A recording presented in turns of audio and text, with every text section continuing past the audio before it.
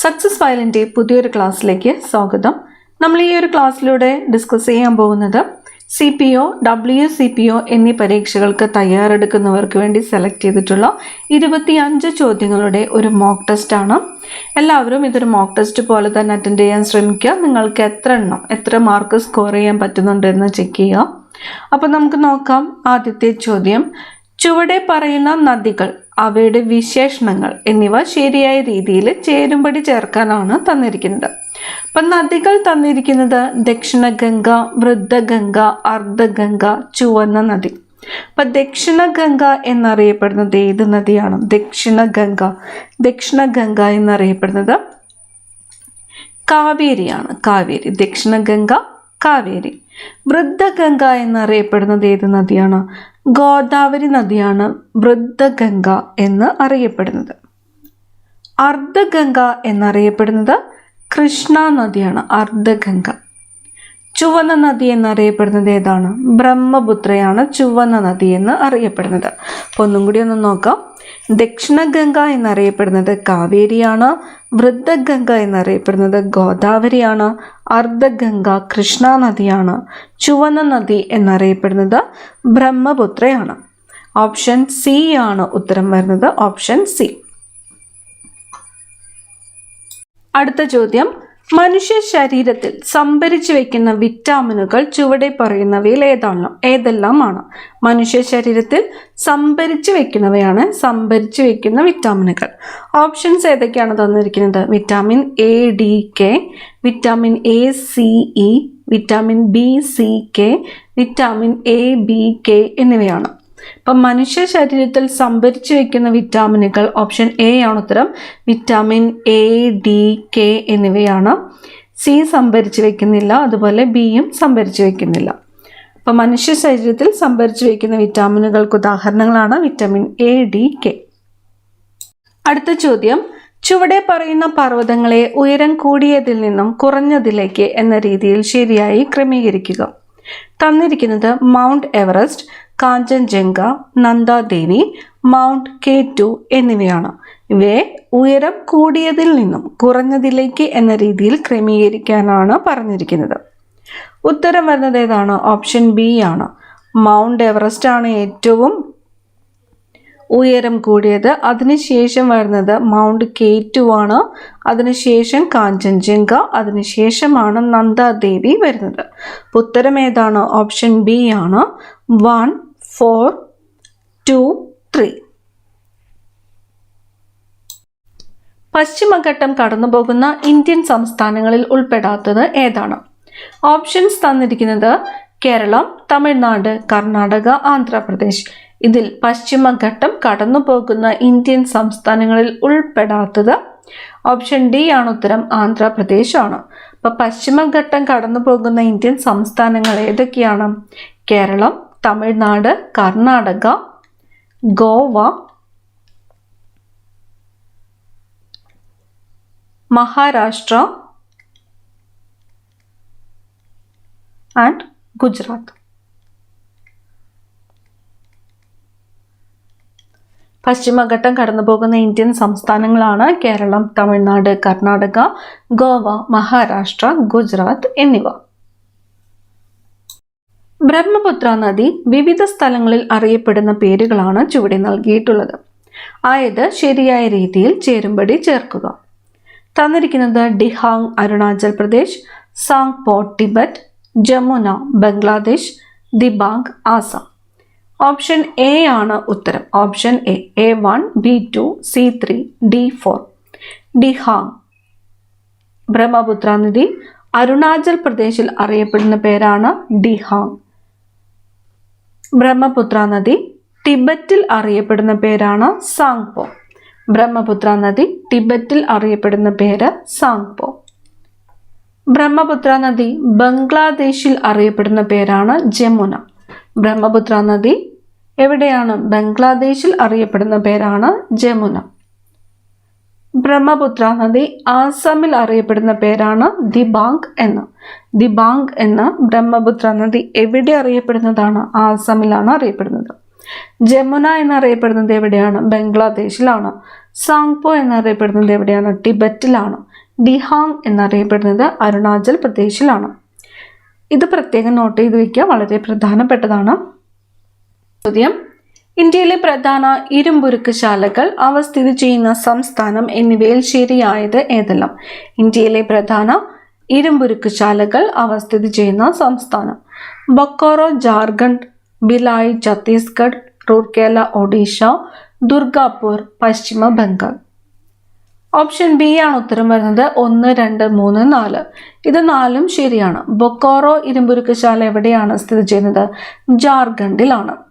ഭിലായി എവിടെയാണ്? ഭിലായി ഇരുമ്പുരുക്കുശാല ഛത്തീസ്ഗഡ് ആണ്. റൂർക്കേല ഒഡീഷയിലാണ്. ദുർഗാപൂർ പശ്ചിമ ബംഗാളിൽ ആണ്.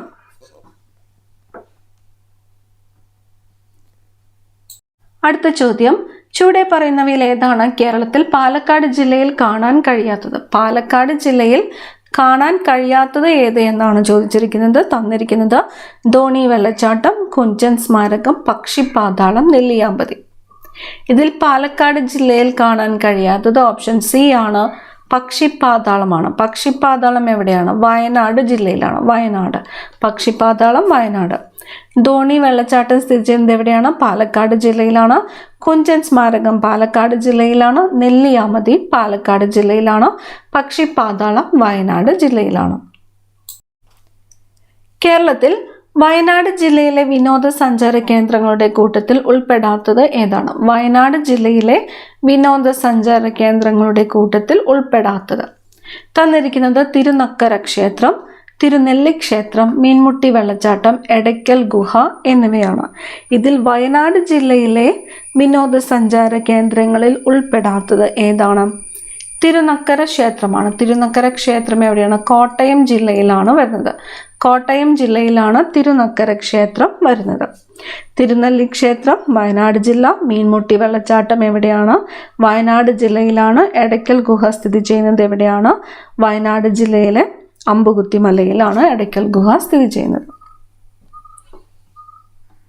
അടുത്ത ചോദ്യം: വ്യക്തിയെ തിരിച്ചറിയാനാണ് പറഞ്ഞിരിക്കുന്നത്. 2 പ്രസ്താവനകൾ ഇതിൽ തന്നിട്ടുണ്ട്. ഉപ്പു സത്യാഗ്രഹ സമരത്തിനിടെ പോലീസ് ലാത്തി ചാർജിൽ കാഴ്ചശക്തി നഷ്ടപ്പെട്ട നവോത്ഥാന നായകൻ. രണ്ടാമത് പറഞ്ഞിരിക്കുന്നു, 2ാമത്തെ കേരള നിയമസഭാ തെരഞ്ഞെടുപ്പിൽ ജോസഫ് മുണ്ടശ്ശേരിയെ പരാജയപ്പെടുത്തിയ വ്യക്തി. തന്നിരിക്കുന്ന ഓപ്ഷൻസ് ആരൊക്കെയാണ്? Kurur Neelakantan Namboothiripad, TR Krishnaswamy Iyer, TK Madhavan, MC Joseph. Option A ആണ് ഉത്തരമായിട്ട് വരുന്നത്. ഓപ്ഷൻ എ കൂറൂർ നീലകണ്ഠൻ നമ്പൂതിരിപ്പാടാണ്. ഉപ്പു സത്യാഗ്രഹ സമരത്തിനിടെ പോലീസ് ലാത്തി ചാർജിൽ കാഴ്ചശക്തി നഷ്ടപ്പെട്ട നവോത്ഥാന നായകൻ ആര് എന്ന് ചോദിച്ചാൽ കൂറൂർ നീലകണ്ഠൻ നമ്പൂതിരിപ്പാടാണ്. 2ാമത്തെ കേരള നിയമസഭാ തെരഞ്ഞെടുപ്പിൽ ജോസഫ് മുണ്ടശ്ശേരിയെ പരാജയപ്പെടുത്തിയ വ്യക്തി ആര് എന്ന് ചോദിച്ചാലും കൂറൂർ നീലകണ്ഠൻ നമ്പൂതിരിപ്പാട്. ഓപ്ഷൻ എ ആണ് ഉത്തരം, കൂറൂർ നീലകണ്ഠൻ നമ്പൂതിരിപ്പാട്. അടുത്ത ചോദ്യം: ചുവടെ പറയുന്നവയിൽ തെറ്റായ പ്രസ്താവന ഏതാണ്? ആദ്യത്തെ പ്രസ്താവന തന്നിരിക്കുന്നത് ഗുരുവായൂർ സത്യാഗ്രഹം ആരംഭിച്ചത് 1931 നവംബർ 1-നാണ്. 2ാമത് പറഞ്ഞിരിക്കുന്നു ഗുരുവായൂർ സത്യാഗ്രഹത്തിന് നേതൃത്വം നൽകിയത് K കേളപ്പനാണ്. 3ാമത്തെ പ്രസ്താവന അതിർത്തി ഗാന്ധി എന്നറിയപ്പെടുന്നത് K കേളപ്പനാണ് എന്ന് പറഞ്ഞിരിക്കുന്നു. AK ഗോപാലനായിരുന്നു ഗുരുവായൂർ സത്യാഗ്രഹത്തിന്റെ വോളണ്ടിയർ ക്യാപ്റ്റൻ.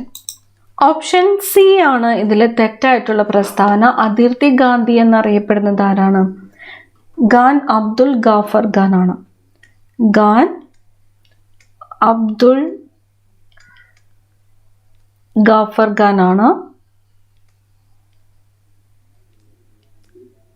അതിർത്തി ഗാന്ധി എന്ന് അറിയപ്പെടുന്നത്. ഓപ്ഷൻ സി ആണ് തെറ്റായിട്ടുള്ള പ്രസ്താവന. ഗുരുവായൂർ സത്യാഗ്രഹം ആരംഭിച്ചതെന്നാണ് 1931 നവംബർ 1-നാണ്. ഗുരുവായൂർ സത്യാഗ്രഹത്തിന് നേതൃത്വം നൽകിയത് K കേളപ്പനാണ്. AK ഗോപാലനായിരുന്നു ഗുരുവായൂർ സത്യാഗ്രഹത്തിന്റെ വോളണ്ടിയർ ക്യാപ്റ്റൻ. അടുത്ത ചോദ്യം: കേരളത്തിൽ പാലക്കാട് നിന്നുള്ള ഉപ്പു സത്യാഗ്രഹത്തിന് നേതൃത്വം നൽകിയത് ആരാണ്? കേരളത്തിൽ പാലക്കാട് നിന്നുള്ള ഉപ്പു സത്യാഗ്രഹത്തിന് നേതൃത്വം നൽകിയത് ആരാണ്? TR കൃഷ്ണസ്വാമി അയ്യറാണ്. TR കൃഷ്ണസ്വാമി അയ്യറാണ് കേരളത്തിൽ പാലക്കാട് നിന്നുള്ള ഉപ്പു സത്യാഗ്രഹത്തിന് നേതൃത്വം നൽകിയത്? TR കൃഷ്ണസ്വാമി അയ്യർ. നാടുകാണി ചുരം സ്ഥിതി ചെയ്യുന്നത് കേരളത്തിൽ ഏത് ജില്ലയിലാണ്? നാടുകാണി ചുരം സ്ഥിതി ചെയ്യുന്നത് കേരളത്തിൽ ഏത് ജില്ലയിലാണ്? മലപ്പുറം. മലപ്പുറം ജില്ലയിലാണ് നാടുകാണി ചുരം സ്ഥിതി ചെയ്യുന്നത്. മലപ്പുറം ജില്ല. അടുത്ത ചോദ്യം, ചുവടെ പറയുന്നവയിൽ തെറ്റായ പ്രസ്താവന ഏതെന്ന് കണ്ടെത്തുക. പുറക്കാട് കടപ്പുറം സ്ഥിതി ചെയ്യുന്നത് ആലപ്പുഴ ജില്ലയിലാണ്. ബി പറഞ്ഞിരിക്കുന്നു. ചെറായി ബീച്ച് സ്ഥിതി ചെയ്യുന്നത് എറണാകുളം ജില്ലയിലാണ്. സി കേരളത്തിൽ പടിഞ്ഞാറോട്ട് ഒഴുകുന്ന നദികളാണ് പാമ്പാർ, കബനി, ഭവാനി എന്നിവ. ഡി അറബിക്കടലിൽ പതിക്കുന്ന നദിയാണ് ഭാരതപ്പുഴ. ഈ പ്രസ്താവനകളിൽ തെറ്റായത് ഏത് എന്നാണ് ചോദിച്ചിരിക്കുന്നത്. ഓപ്ഷൻ സി ആണ് ഉത്തരം. കേരളത്തിൽ കിഴക്കോട്ട് ഒഴുകുന്ന നദികളാണ്.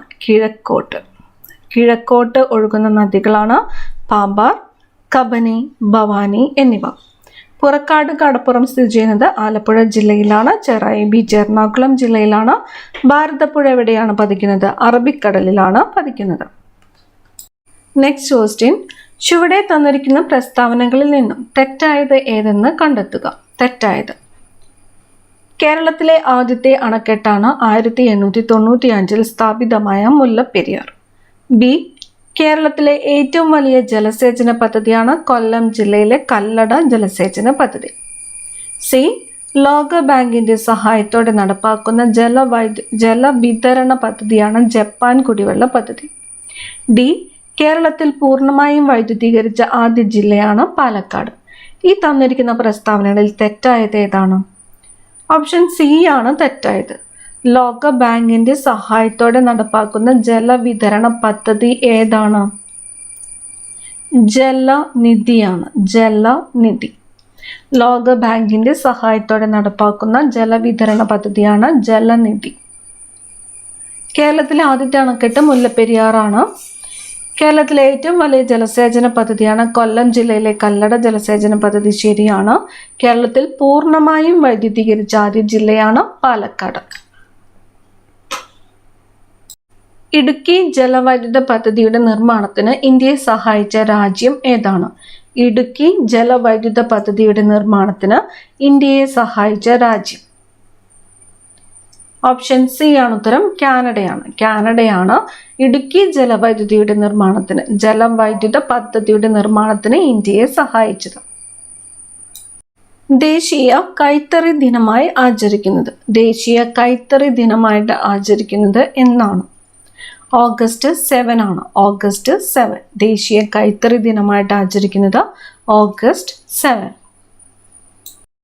അടുത്ത ചോദ്യം, ചുവടെ പറയുന്ന സ്ഥാപനങ്ങൾ, അവയുടെ ആസ്ഥാനം എന്നിവ ശരിയായ രീതിയിൽ ചേരുംപടി ചേർക്കുക. SIDCO, Malabar cements, info park, Capex എന്നിവയാണ് തന്നിരിക്കുന്നത്. ഓപ്ഷൻ എ ആണ് ഉത്തരമായിട്ട് വരുന്നത്. Option A. SIDCO Thiruvananthapuram, Malabar cements Walayar, info park Kochi, Capex കൊല്ലമാണ്. കാപെക്സ് എവിടെയാണ്? കൊല്ലം. സിഡ്കോ തിരുവനന്തപുരം, മലബാർ സിമന്റ്സ് വാളയാർ ആണ്, info park Kochi, Capex Kollam. Next question, കേരളത്തിൽ പ്രകൃതിക്ഷോഭങ്ങളിൽ നാശനഷ്ടങ്ങൾ ഉണ്ടായ സ്ഥലങ്ങളുടെ വിവരങ്ങളാണ് ചുവടെ നൽകിയിട്ടുള്ളത്. ആയത് ശരിയായ രീതിയിൽ ചേരുംപടി ചേർക്കാനാണ് പറഞ്ഞിരിക്കുന്നത്. കവളപ്പാറ, പുത്തുമല, പെട്ടിമുടി, അമ്പൂരി. ഓപ്ഷൻ എ ആണ് ഉത്തരം. കവളപ്പാറ മലപ്പുറം ജില്ലയാണ്. മലപ്പുറം. പുത്തുമല വയനാട് ജില്ല. പെട്ടിമുടി ഇടുക്കി ജില്ല. അമ്പൂരി തിരുവനന്തപുരം. കവളപ്പാറ ഏത് ജില്ലയിലാണ്? മലപ്പുറം ജില്ലയിലാണ്. പുത്തുമല സ്ഥിതി ചെയ്യുന്നത് വയനാട് ജില്ലയിലാണ്. പെട്ടിമുടി ഇടുക്കി ജില്ലയിലാണ്. അമ്പൂരി തിരുവനന്തപുരം ജില്ലയിലാണ് സ്ഥിതി ചെയ്യുന്നത്. ഓപ്ഷൻ എ ആണ് ഉത്തരം. ഇന്നത്തെ ക്ലാസ്സിലെ അവസാനത്തെ ചോദ്യമാണ്. ചുവടെ പറയുന്നവയിൽ ഏതിന്റെ പ്രവേശന കവാടമാണ് ബുലന്ദ് ദർവാസ? ബുലന്ദ് ദർവാസ ഏതിന്റെ പ്രവേശന കവാടമാണ്? Options: Taj Mahal, red fort, Moti മസ്ജിദ്, ഫത്തേപൂർ സിക്രി. ബുലന്ദ് ദർവാസ ഫത്തേപൂർ സിക്രിയുടെ പ്രവേശന കവാടമാണ്. ചുവടെ പറയുന്നവയിൽ ഏതിന്റെ പ്രവേശന കവാടമാണ് ബുലന്ദ് ദർവാസ? ഫത്തേപൂർ സിക്രി. 20 ചോദ്യങ്ങളാണ് ഈ ഒരു ക്ലാസ്സിലൂടെ നമ്മൾ നോക്കിയത്. പ്രധാനപ്പെട്ട ക്വസ്റ്റ്യൻസ് ആണ്. നിങ്ങൾക്ക് എത്ര മാർക്ക് സ്കോർ ചെയ്യാൻ പറ്റിയെന്ന് കമൻറ്റിലൂടെ അറിയിക്കുക. കൂടെ അഭിപ്രായങ്ങളും കൂടി അറിയിക്കുക. താങ്ക്